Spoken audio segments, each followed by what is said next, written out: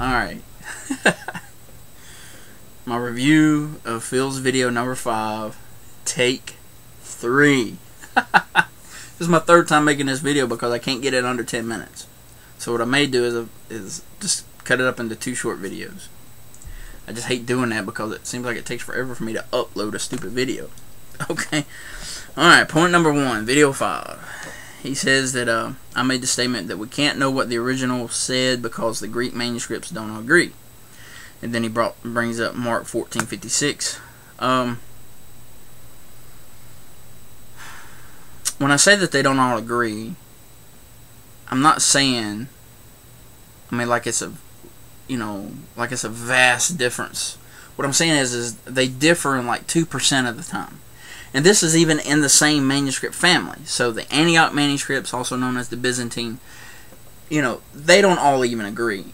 They still have like a 2% difference among them. But the thing is, textual critics who study all these manuscripts and compare them and all that kind of stuff, they'll tell you that even though there is even in the whole complete manuscript evidence, all close to 6,000 manuscripts, there's only a difference of like 2 to 3%. And of that difference, which, my original slideshows at the beginning of my video series, whenever I was at the little slideshows were going up with information, it addressed that. There is still a cohesiveness of doctrine. The deity of Christ, the blood atonement, the virgin birth, the resurrection, hell. All these things are still there.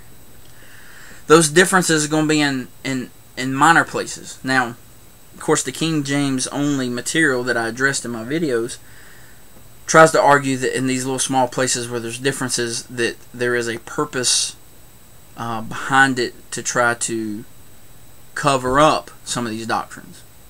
And of course, my whole video has been to counteract that, to try to show that there's a textual reason why they do what the new translations translate as they do. But also, even with those changes, or not changes, because it's not like they had the King James here and then they got their blank pad over here and they're copying along. And I said, oh, well, we don't like that, so they wasn't comparing to the King James. It was comparing to the Greek manuscripts. But anyway, even so, all those doctrines are still maintained that I just talked about. So, the Mark 14:56 passage, if you're going to accuse of some kind of evil or wrongdoing, you would have to also apply that same, you'd have to level that same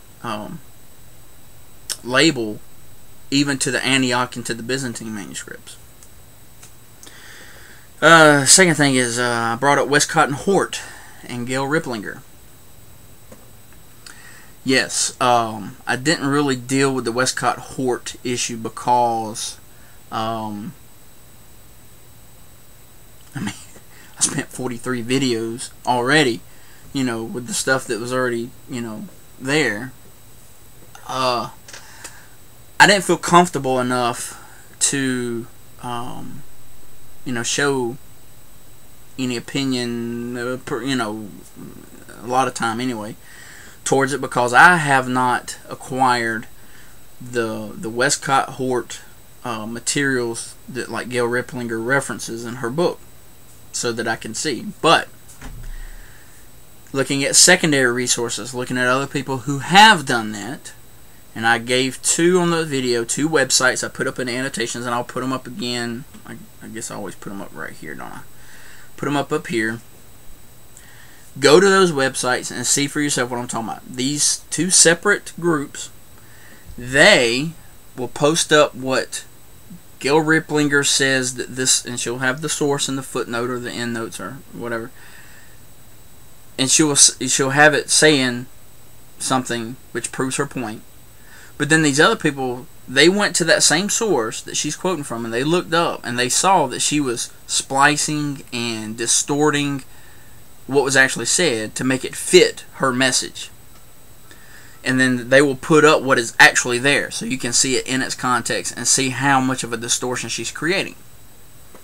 Also, there's other things about Gail Ripplinger that I mean, really, her work shouldn't be cited in any of the materials if you're being, if you're going to be honest about stuff.